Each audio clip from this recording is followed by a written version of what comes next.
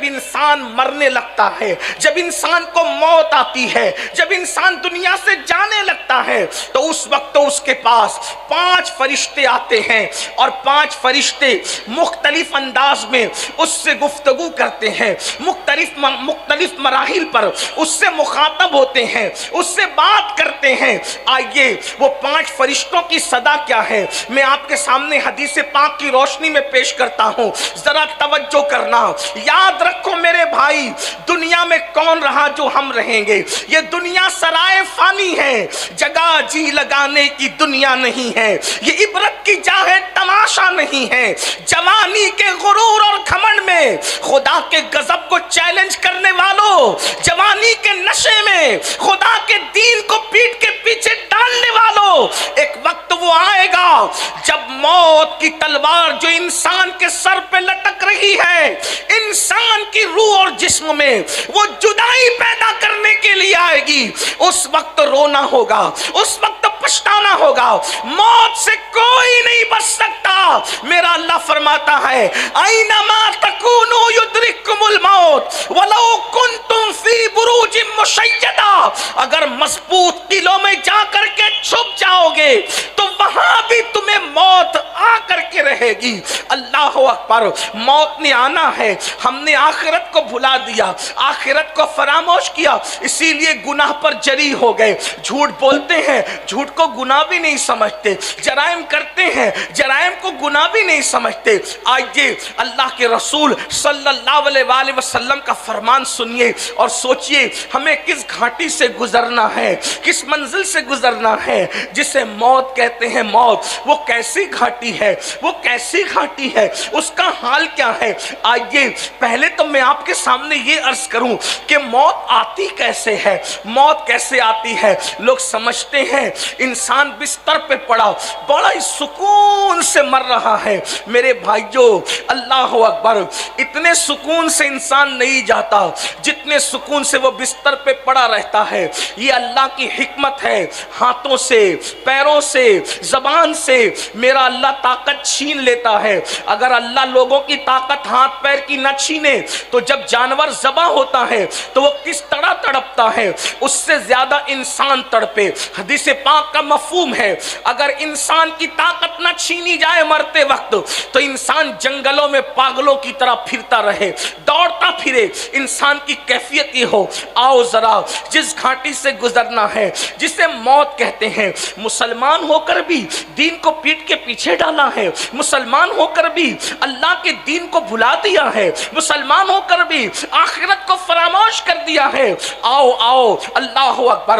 حضرت سیدنا عبداللہ ابن عمرو ابن عاص رضی اللہ تعالی عنہما ارشاد فرماتے ہیں کہ میں نے اپنے والد حضرت عمرو ابن عاص سے پوچھا، بابا یہ بتائیں کہ انسان کو جب موت آتی ہے تو موت کے وقت اس کی کیفیت کیا ہوتی ہے؟ تو حضرت عمرو ابن عاص فرماتے ہیں اللہ اکبر، جیسے انسان زمین اور آسمان کو سمیٹ کر انسان کے سینے پہ رکھ دیا جائے تو کتنا بوجھ محسوس ہوگا، اس طرح کا بوجھ انسان کو موت کے وقت محسوس ہوتا ہے۔ عمرو ابن عاص ارشاد فرماتے ہیں اللہ اکبر، میرے بیٹے عبداللہ جب انسان کو موت آتی ہے تو یوں لگتا ہے کہ جیسے وہ ناک سے سانس نہیں لے رہا ہے بلکہ سوئی کے ناکے سے سانس لے رہا ہے۔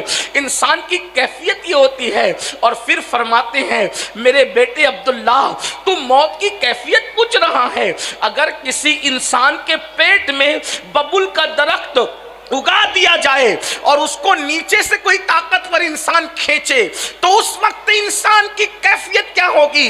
اسی طرح انسان کے جسم کی کیفیت ہوتی ہے۔ کتنی بڑی گھاٹی سے گزرنا ہے، کانوں میں ایئر فون لگا کر گانوں سے جھومنے والوں، اللہ کے خوف میں رونے کی بجائے ہیرو ہیروئن کی جدائی کے مناظر دیکھ کے رونے والوں، اپنی موت کو یاد کر کے، موت کی تکلیف کو یاد کر کے اللہ کے خوف سے آنسو بہانے کی بجائے ڈراموں کو دیکھ کر رونے والوں، بھائیوں کبھی تصور تو کیا ہوتا؟ یہ وہ حقائق ہیں جس کو فراموش نہیں کیا جا سکتا، یہ وہ حقائق ہیں جن کو بلایا نہیں جا سکتا۔ اس انداز سے موت آتی ہے اور اس وقت تو 5 فرشتے آ کر انسان سے کلام کرتے ہیں، انسان سے گفتگو کرتے ہیں، انسان سے مخاطب ہوتے ہیں اور کیا کہتے ہیں؟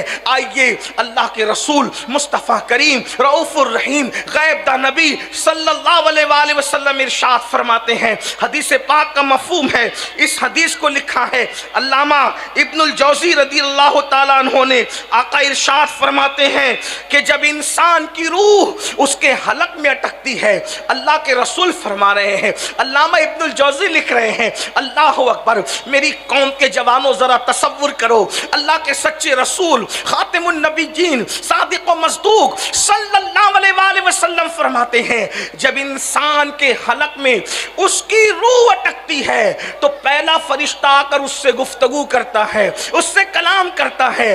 ذرا حضور کی اس حدیث میں توجہ تو کریں، انسان کی روح جب اس کے حلق میں اٹکتی ہے، ذرا تصور کرو میرے بھائیو، اللہ اکبر، نرم نرم گدوں پہ لیٹ کر زنا کی فلمیں دیکھنے والے ذرا غور تو کریں، نشہ کرنے والے ذرا غور تو کریں، حلق کے اندر روح اٹکتی ہے، روح۔ کبھی سوچا مچھلی کا کانٹا حلق میں پھنس جائے تو کیا کیفیت ہوتی ہے؟ روٹی کا ٹکڑا حلق میں پھنس جائے تو کیا کیفیت ہوتی ہے؟ اللہ اکبر، جو حلق مچھلی کا کانٹا اور بڑے لقمے کا پھنسنا برداشت نہ کر سکے، جب اس کے اندر روح اٹکتی ہوگی تو انسان کی کیفیت کیا ہوتی ہو؟ اور اللہ کے رسول نے فرما دیا، حضور نے جو کہہ دیا وہ حق ہے، اس سے نہ کم ہو سکتا ہے نہ اس سے زیادہ ہو سکتا ہے، اس لیے کہ کائنات میں سب سچوں میں سب سے بڑا سچا خدا کی مخلوق میں کوئی ہے تو وہ آمنہ کے لال مصطفیٰ جان رحمت ہے۔ حضور اتنے سچے ہیں کہ ان کے سچا ہونے کی گواہی ان کے دشمن بھی دیتے نظر آتے ہیں، اتنے سچے رسول۔ اللہ اکبر، فرماتے ہیں جب انسان کے حلق میں اس کی روح اٹکتی ہے تو پہلا فرشتہ آ کر اس کو پکار کر کہتا ہے، اے آدم کے بیٹے، تیرا طاقتور بدن کہاں گیا؟ فرشتہ اس سے مخاطب ہو کر کے کہہ رہا ہے، آدم کے بیٹے، یہی بدن پر غرور کرتے ہو نا، اسی جسم پر گھمنڈ کرتے ہو نا؟ اللہ کا فرشتہ آ کر کے کہتا ہے، آدم کے بیٹے، تیرا طاقتور جسم کہاں چلا گیا؟ اور اس کے بعد وہ فرشتہ پکار کر کہتا ہے، آج تو کتنا کمزور ہے، کتنا کمزور ہے آج تو، کہاں گئی تیری فصیح زبان؟ جس زبان کو تو چر چر چلاتا تھا وہ تیری زبان کہاں گئی؟ اور اس کے بعد کہتا ہے، آج تو کتنا خاموش ہے۔ اللہ اکبر، فرشتہ کہتا ہے، آج تو کتنا خاموش ہے، تیرے عزیز و اقربا، تیرے گھر والوں نے تجھے کہاں چھوڑ دیا، تجھے تنہا چھوڑ دیا، تجھے اکیلے چھوڑ دیا۔ فرشتہ اس سے گفتگو کرتا ہے، طاقتور جسم کہاں گیا، چر چر چلنے والی زبان کہاں گئی؟ آج تو کتنا چپ ہے، خاموش ہے۔ اور انسان کتنا خاموش ہوتا ہے مرتے وقت؟ آنکھوں سے ٹک ٹکی باندھ کر بس سب کو دیکھتا ہے، کلام کرنے کی بھی طاقت نہیں رہتی۔ اس منظر کو یاد کرو اللہ کے بندو، آخرت کو بھولنے والوں اس منظر کو یاد کرو، قبر کو بھولنے والوں اس منظر کو یاد کرو۔ بہت دن تک کچھ نہیں رہے گا، بہت دن تک کچھ نہیں چلے گا۔ کب تک گناہ کرو گے؟ جب تک کہ جسم اور روح کا رشتہ ہے تبھی تک نہ۔ ایک وقت تو وہ آئے گا کہ روح کا رشتہ جسم سے ٹوٹ جائے گا، صرف پچھتاؤ گے میرے بھائیوں، کس دنیا سے جی لگایا ہے، شہد دکھائے، زہر پلائے، قاتل ڈائن شوہر کش، اس مردار پہ کیا للچایا۔ دنیا دیکھی بھالی ہے، اس دنیا نے، بوڑھی دنیا نے، جس کی ہزاروں سال کی عمر ہو گئی، یہ بوڑھی جو بن سور کے آتی ہے، لوگوں کے ساتھ فریب کرتی ہے، لوگوں کے ساتھ دھوکہ کرتی ہے۔ اگر اس دنیا نے بن سور کر فرعون کو نہ ورگلایا ہوتا تو اس نے خدا ہونے کا دعویٰ نہ کیا ہوتا۔ نمرود کو اس دنیا نے نہ ورگلایا ہوتا تو نمرود خدا کا باغی نہ ہوا ہوتا۔ انا ربکم العالی کی صدائیں بلند نہ کرتا۔ اللہ کے بندو، ان کے تخت کہاں گئے؟ ان کے تاج کہاں گئے؟ ان کے غرور کہاں گئے؟ ان کے گھمنڈ کہاں گئے؟ کہاں گئے ان کے محلات؟ اللہ کے بندو، وہ بادشاہ تھے، آپ اور ہم تو بادشاہ بھی نہیں ہیں۔ خدا کو بھول رہے ہو، آخرت کو بھول رہے ہو؟ نہیں نہیں، یہ مسلمان کی شان نہیں۔ جب مرو گے، نزا اور سکرات کا عالم ہوگا، روح حلق میں اٹکے گی تو پہلا فرشتہ کہے گا کہاں ہے تیری طاقت، کہاں ہے تیری قوت، کہاں ہے تیری زبان؟ آج تیرے رشتہ داروں نے، اقربا نے، عزیزوں نے تجھے تنہا چھوڑ دیا۔ اس وقت انسان کتنا بے بس ہوگا۔ فرشتہ کہتا ہے آج سب نے تجھے چھوڑ دیا، سب چھوڑ دے، بیوی چھوڑ دے گی، بچے چھوڑ دے، سب چھوڑ دے، کون آتا ہے ساتھ؟ کوئی نہیں آئے گا۔ پھر اللہ کے رسول علیہ السلام ارشاد فرماتے ہیں جب اس کی روح نکال لی جاتی ہے تو دوسرا فرشتہ آتا ہے روح نکلنے کے بعد، اور وہ فرشتہ بھی اس سے کلام کرتا ہے۔ اور فرشتہ کیا کہتا ہے ذرا سنیں۔ وہ فرشتہ کہتا ہے تنگ دستی کے خوف سے جو مال تو نے جمع کیا تھا، نہ حرام دیکھا نہ حلال، وہ مال کہاں گیا؟ تجھے بہت خیال تھا نا مالدار بننے کا، دولت مند بننے کا، کہاں گیا تیرا مال؟ اور سوچو وہ مال گیا جاتا کہاں ہے؟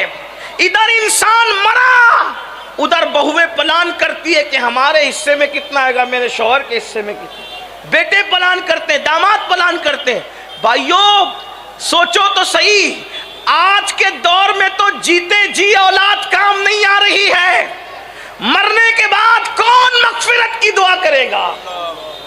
کون بخشش کی دعا کرے گا؟ ذرا غور تو کرو، کچھ کرو اپنے لیے، اس لیے کہ دنیا میں ہمیشہ نہیں رہنا۔ صوفیہ فرماتے ہیں اے انسان، جس زندگی پہ تو اتراتا پھر رہا ہے، تیری زندگی کی مقدار کتنی ہے؟ تیری زندگی کی میعاد کتنی ہے؟ تیری زندگی ہے کتنی؟ تو صوفیہ فرماتے ہیں پیدا ہوئے تو کان میں اذان دی گئی، مر گئے تو نماز جنازہ پڑھی گئی، اذان بھی ہو گئی، اقامت بھی ہو گئی۔ اقامت اور جماعت کے درمیان جتنا ٹائم رہتا ہے بس اتنی تیری زندگی کا وقفہ ہے۔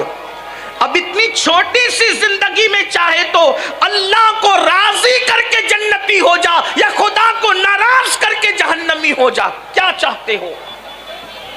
کیا چاہتے ہو بتاؤ؟ وہ فرشتہ کہتا ہے روح نکلنے کے بعد تنگ دستی کے خوف سے مال جمع کرنے والے، بتا تیرا مال کہاں گیا؟ تو نے تباہی اور بربادی سے بچنے کے لیے، عیش و آرام کے لیے گھر بنایا تھا، وہ گھر کہاں گئے؟ تو نے تنہائی سے بچنے کے لیے اللہ اکبر جو مونس و غمگسار ڈھونڈے تھے، بنائے تھے، بتا وہ مونس و غمگسار کہاں گئے؟ لیکن نہ مال ہوتا ہے، نہ کوئی غمگسار ہوتا ہے، اور مکان بھی انسان کا اپنا نہیں بلکہ اس کا مکان تو اس کی قبر ہوا کرتی ہے۔ آج مال کے چکر میں لوگ سود کا دھندا کر رہے ہیں، مسلمان جوؤں کے اڈے چلا رہے ہیں، مسلمان بھائی گیری کر رہے ہیں، لوگوں کو قتل کرنے کی، مار ڈالنے کی سپاریاں لے رہے ہیں۔ الا ماشاءاللہ سب مسلمان ایسے نہیں ہیں، لیکن مال کے چکر میں لوگ ایک دوسرے پہ جادو کر رہے ہیں، جادو کروا رہے ہیں، مال کے چکر میں اللہ اکبر کسی کا مرڈر کیا جا رہا ہے، مال کے چکر میں حلال و حرام نہیں دیکھا جا رہا ہے، مال کے چکر میں اپنی بستیوں کے اندر نشہ آور چیزیں بیچی جا رہی ہے، فروخت کی جا رہی ہے، مال کے چکر میں جوؤں کے اڈے چلائے جا رہے ہیں۔ آپ مجھے بتائیں کیا یہ مال قبر میں ساتھ جائے گا؟ ارے حلال کمانے والے اپنا مال اپنے ساتھ نہیں لے کر کے گئے تو حرام کمانے والوں نے کون سا کیا لے کر کے جانا ہے؟ اللہ اکبر۔ تو وہ فرشتہ روح نکالنے کے بعد کہے گا، نور نکلنے کے بعد کہے گا کہاں ہے تیرا مال، کہاں ہے تیرا مکان، کہاں ہے تیرے مونس و غمگسار؟ لیکن انسان کے پاس جواب کیا ہوگا؟ پھر اللہ کے رسول صلی اللہ علیہ وآلہ وسلم فرماتے ہیں جب اس کا جنازہ اٹھایا جاتا ہے تو تیسرا فرشتہ آ کر کے میں اس کو کہتا ہے اللہ اکبر، افسوس آج تجھے بڑے لمبے سفر پر جانا ہے، اور اتنا لمبا سفر کہ اس سے پہلے تو نے اتنا لمبا سفر آج سے پہلے کبھی طے نہیں کیا۔ آج تو ایسی قوم سے ملے گا کہ آج سے پہلے تو ایسے کسی قوم سے نہیں تیری ملاقات ہوئی، اور آج تو ایسے تنگ اور تاریک گھر میں لٹا دیا جائے گا جسے قبر کہتے ہیں، اس سے پہلے ایسے تنگ اور تاریک مکان میں تجھے داخل نہیں کیا گیا۔ اگر آج اللہ کو راضی کرنے میں تو کامیاب ہو گیا تو تو بڑا خوش بخت ہے، تقدیر والا ہے، اور اگر اللہ تجھ سے ناراض ہے تو تو بڑا بدبخت ہے۔ یہ کب ہوتا ہے؟ جب اللہ اس کا جنازہ اٹھایا جا رہا ہوتا ہے۔ مسلمان میرے بھائیوں، سوچو قبر کی تنگ اور تاریک وادی کا